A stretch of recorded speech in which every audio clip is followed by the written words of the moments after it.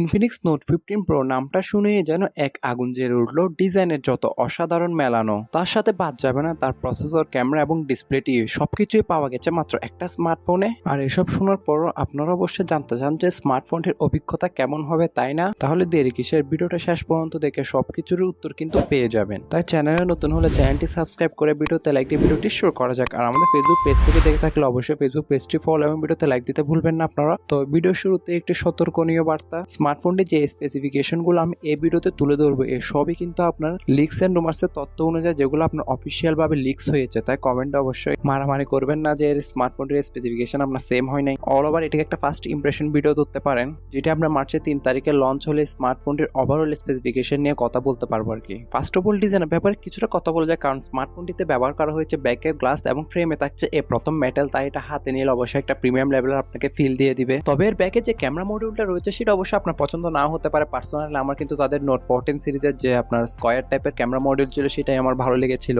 তবে আপনাদের কিরকম লেগেছে তা অবশ্যই কমেন্টে জানাতে ভুলবেন না। তারই সাথে ক্যামেরা মডিউল এবার ক্যামেরা ফ্ল্যাশের পাশাপাশি আমরা আরেকটা নতুন জিনিস দেখতে পারবো, যেটাকে তারা বলছে নাকি বায়ো অ্যাক্টিভ হলো এআই লাইটিং, যেটাকে এক কথা নোটিফিকেশন লাইটও বলতে পারেন, যেটা ইনকামিং কল এবং চার্জিং এর সময় বিভিন্ন রকম নোটিফিকেশন পপ আপ করে মিস এটা জ্বলে উঠবে আর কি। যার ফ্রন্টে আসলে কিন্তু আমরা দেখতে পাচ্ছি 6.78 ইঞ্চি মাপের একটি ফুল এইচডি প্লাস রেজুলেশনের অ্যামোলেড ডিসপ্লে। তবে অপভোগ করার মতন বিষয় এই যে এটি আপনার কিন্তু 144 হার্টজের মতন হাই রিফ্রেশ রেটকেও সাপোর্ট করে। আর ডিসপ্লের দিকে লক্ষ্য করলেই দেখতে পাচ্ছেন যে চিন বেজেল অনেকটাই কিন্তু ন্যারো রাখা হয়েছে। তবে দুই নয়ন গিয়ে পড়তে পারে সে 5 হোল কাট আউটের দিকে, কারণ এটা একটু বড় মনে হতে পারে আপনার। তাই অল ওভার ডিসপ্লেতে কন্টেন্ট ওয়াচিং এর সময় যেহেতু আপনার JBL এর সাপোর্ট রয়েছে, সেক্ষেত্রে সাউন্ড কোয়ালিটি যথেষ্ট লাউড এবং ক্লিয়ার বলবো। তবে থাকছে না কোনো 3.5 হেডফোন জ্যাকের গর্ত। ডিসপ্লে প্রোটেকশন হিসেবে দেওয়া হয়েছে কর্নিং গোরিলা গ্লাসের প্রোটেকশন। তবে কোন জেনারেশন দিয়েছে সেটা এখন কনফার্ম হয়নি আর কি আমি। যেটা আপনার out of the box Android 15 A run হবে, যার ব্যাক এন্ডে কিন্তু থাকছে তাদের XOS 15। তবে আপডেটের বিষয়টা ক্লিয়ার করতে পারবে স্মার্টফোনটি যখনই লঞ্চ হবে। আর এখানে পাওয়ার হাউস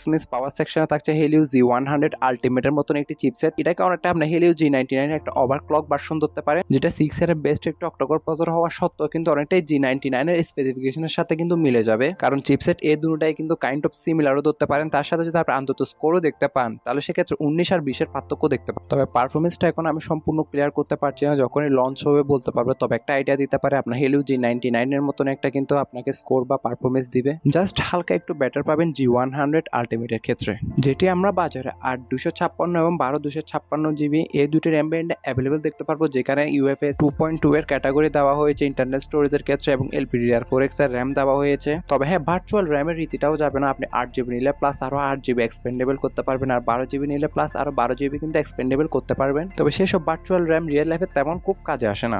যার ব্যাকে রিয়ার আসলে দেখতে পারবো ট্রিপল ক্যামেরা সেটআপ, যেখানে প্রাইমারি ক্যামেরা হিসেবে থাকছে স্যামসাং এর GN5 এর 50 মেগাপিক্সেলের OIS যুক্ত সেন্সর। দেন সেকেন্ডারিতে 8 মেগাপিক্সেলের একটা আলট্রাওয়াইড। হ্যাঁ, প্রথমে আমি এটা বিশ্বাস করি নাই। দেন শেষে থাকছে একটা ফ্লিকার সেন্সর, আর ফ্রন্ট ফেসিং সেলফি ক্যামেরা হিসেবে দেওয়া হয়েছে 32 মেগাপিক্সেলের একটি সেন্ট্রাল পাঞ্চল সেলফি ক্যামেরা। আর এই স্মার্টফোনটি যদি আপনি ইনডেপথ রিভিউ মিস দিতে না চান, তাহলে অবশ্যই stay connected with our channel. যেটিকে ব্যাকআপ করার জন্য দেওয়া হয়েছে 5200 mAh এর একটি ব্যাটারি, তার সাথে বক্সের 90 ওয়াটের ফাস্ট চার্জিং স্পিডকে দিতেও বলে নেয় তারা। এবারে কিন্তু আরেকটি নতুন ফিচার যোগ হয়েছে, নতুন ফিচার বলবো না, আপনি 30 ওয়াটের কিন্তু একটা ওয়্যারলেস চার্জিং স্পিড কো পেয়ে যাবেন। তার সাথে থাকছে আন্ডার ডিসপ্লে ফিঙ্গারপ্রিন্ট সেন্সর সহ এজেন্সিয়াল কিছু সেন্সর। আর প্রাইসিং এবং লঞ্চিং ডেটের সম্পর্কে বললে, আমি আগেই বলেছিলাম এটা কিন্তু মার্চ মাসের 3 তারিখে আপনার ইন্দোনেশিয়ান মার্কেটে লঞ্চ হবে। এর পরপরই কিন্তু আমরা গ্লোবাল কিংবা বাংলাদেশের মার্কেটে অফিসিয়াল ভাবে দেখতে পারবো। তবে প্রাইসটা এখনো কনফার্ম হয় নাই আমি, কারণ সে সম্পর্কে কোনো ডিটেলস এখনো জানতে পারিনি। তবে হ্যাঁ, আমার মতে জাস্ট আমার ধারণা আর কি আইডিয়া করছি, যেটা আপনার নোট 14 প্রো এর মতনই মিন্স কাইন্ড অফ প্রাইসটা রাখা হতে পারে, জাস্ট 5-6 হাজার টাকা একটু বেশি হতে পারে। তবে আপাতত আমি শিওর না, যদি আপনারা জেনে থাকেন তাহলে আমাকে কমেন্টে জানাতে ভুলবেন না।